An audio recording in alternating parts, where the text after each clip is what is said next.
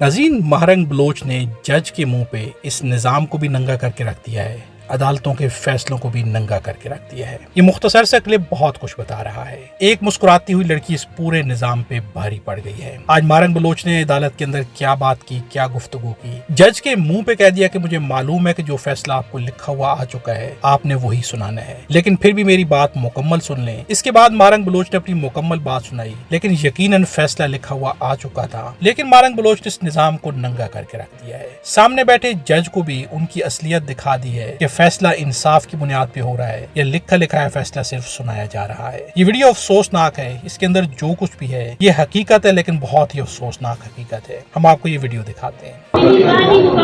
Sir मुझे पता है जो फैसला आ चुका है आप वही सुनाएंगे, लेकिन 2 मिनट मुझे दे दें, मैं अपनी बात कह दूं।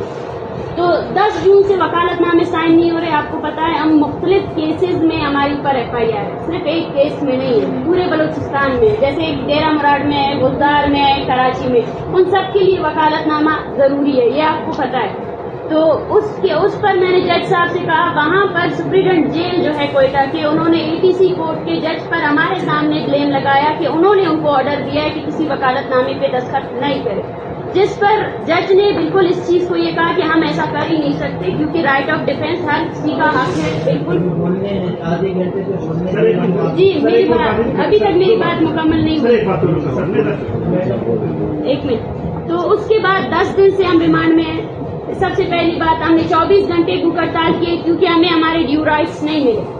पिछले वाले जज ने जो रिमांड दी थी उस वक्त उन्होंने ये कहा था कि आपको सारे ड्यू राइट्स मिलेंगे। यहाँ पे एक डिसेबल शख्स है, उसको वो ड्यू राइट्स नहीं मिले, हमें किस हालत में रखा गया।